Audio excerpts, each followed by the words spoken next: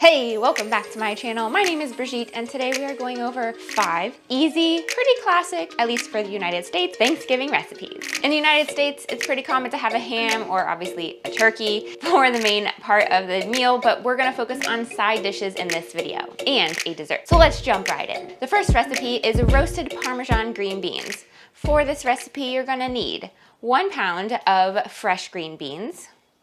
I personally love green beans. Brandon's more of a pea vegetable type person.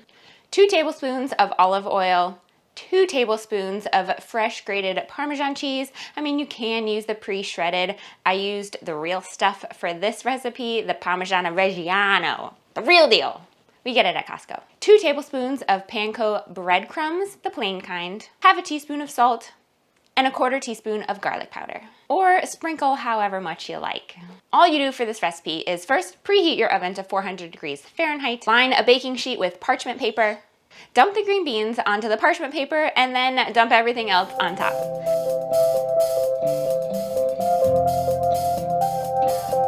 Mix it all around with your hands, of course, and put in your preheated oven at 400 degrees for about 40 to 45 minutes. You want to make sure that the panko breadcrumbs and the Parmesan cheese get a little brown and toasty, and to make sure your vegetables are soft but a little bit crispy on the ends. Stir halfway through in the oven, just to make sure everything mixes up a little bit.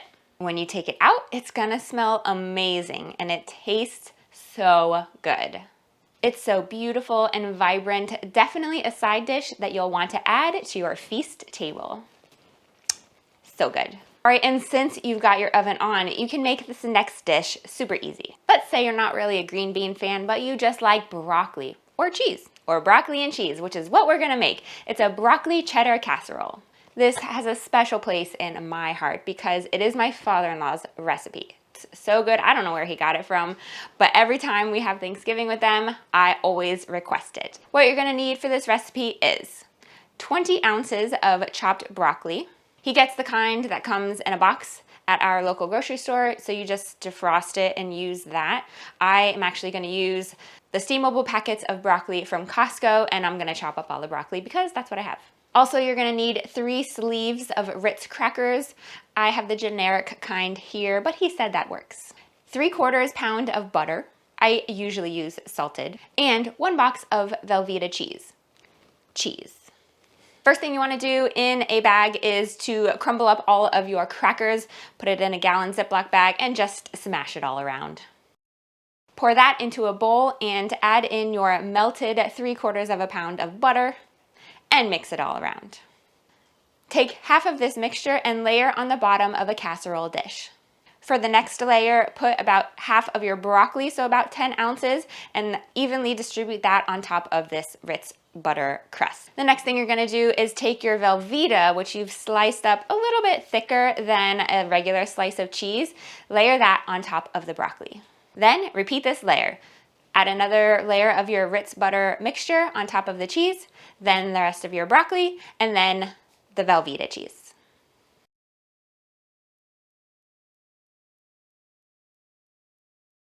Bake at 350 degrees Fahrenheit, or whatever you've got in the oven. You can throw it in at different temperatures. Basically, you just want to melt all of the cheese and warm up all the ingredients. So if you do it at 350, it's probably about 20 minutes. This dish is by far not healthy, but it is so good and gooey and creamy and just heartwarming and warming to your stomach. Definitely, it screams holiday comfort food, and so I love having this at Thanksgiving. This next recipe is a side dish that I love. It's one of my favorites, and it is a sweet potato casserole with marshmallows on top. The marshmallows are crucial. The first thing you want to get going is boiling your sweet potatoes. Now, you can do this fresh, which is what I've done today. You can also use the big cans of yams and smash those up too. Peel and cut your sweet potatoes and start them boiling in some water. For this recipe, you'll need 3 to 4 pounds. You're also going to need 4 tablespoons of butter, 3/4 cup of packed light brown sugar, half a cup of cream, 1 teaspoon of salt, 1 tablespoon of vanilla extract, 1 teaspoon of cinnamon, and 1/4 teaspoon of nutmeg. For the top, you will need 2 cups of mini marshmallows, and for the crumble, you're going to need half a cup of all-purpose flour, 4 tablespoons of butter, 6 tablespoons of light brown sugar, a 1/4 cup of oats, and a 1/4 teaspoon of cinnamon. After your sweet potatoes are done boiling and they are soft to spear a fork through them, put them in a bowl and you're gonna mash them all together. You can whisk them, use a hand mixer. I'm using my fancy new KitchenAid.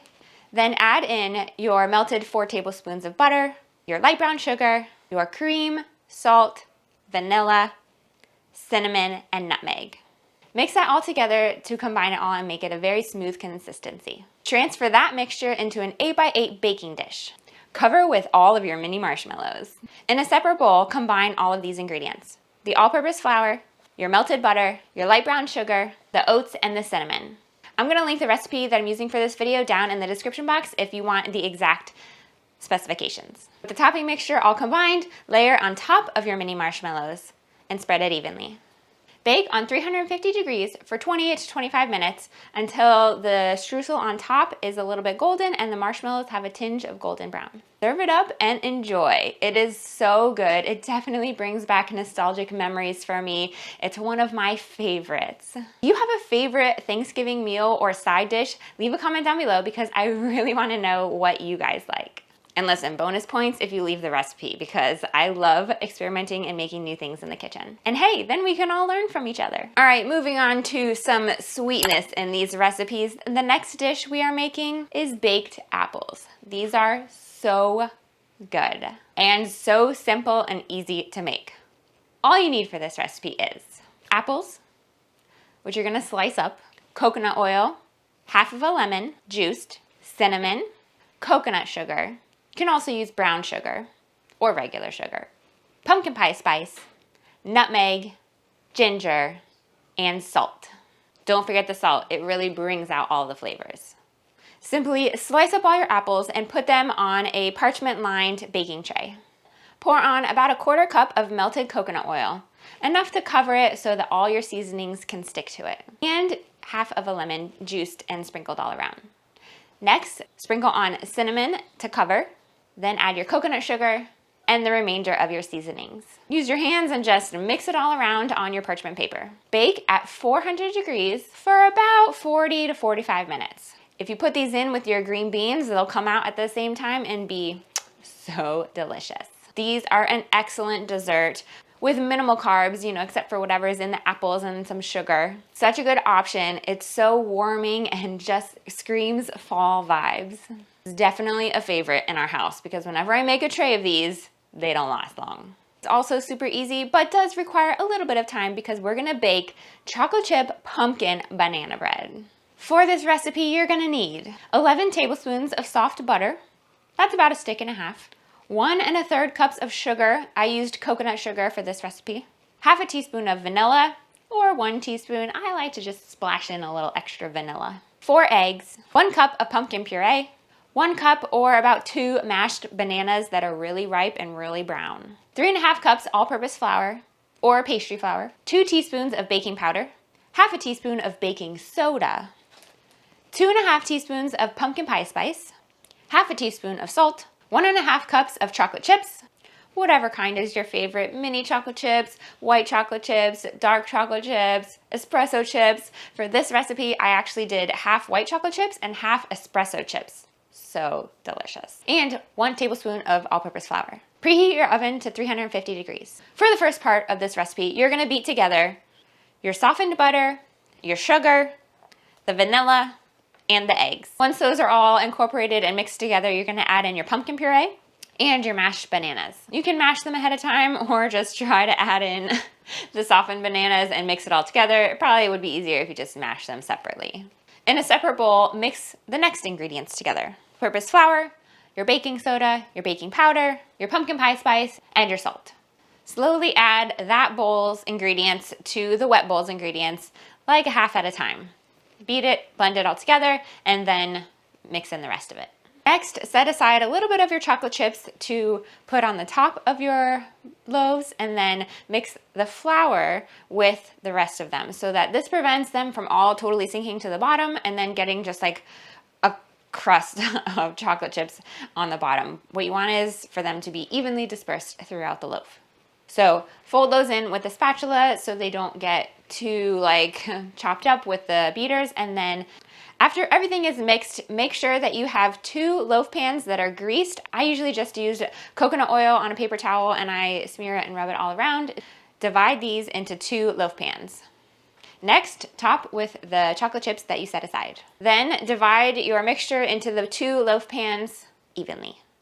Preheated oven at 350 degrees Fahrenheit, put the loaf pans and you're gonna bake for 50 to 60 minutes. At the 50-minute mark, keep an eye on it and stick a knife in it or a toothpick, and if it comes out clean, then they're done. When you have about 20 minutes left, so at about the 30-minute mark, cover with tin foil. This will prevent the tops from really getting burned or too crusty without the middle being cooked. This recipe is so good.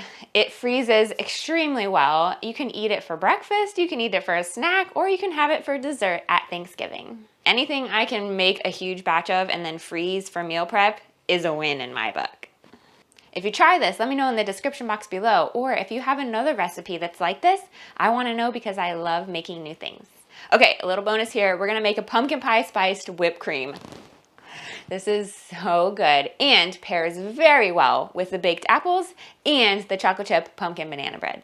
We've done another video on how to make homemade whipped cream, so that's basically what we're gonna do, but we're gonna add some pumpkin pie spice. So take your heavy cream with a little bit of confectioner's sugar, and we're gonna mix ours up in the Vitamix. You can also use a NutriBullet, which we found works fine, or if you have a KitchenAid stand mixer, you can do it in that as well. To do 2 pints of heavy cream, add 2 tablespoons of pumpkin pie spice and about a tablespoon of confectioner's sugar. If you want it sweeter, you can obviously add more sugar, but we find that we don't need it super sweet for it to add a little bit of extra for our desserts. And we try to limit the amount of sugar we have, so around the holidays, that can be hard. But if you're making your own stuff, you have a lot more control over what goes in it, which I love. Does that make me a control freak?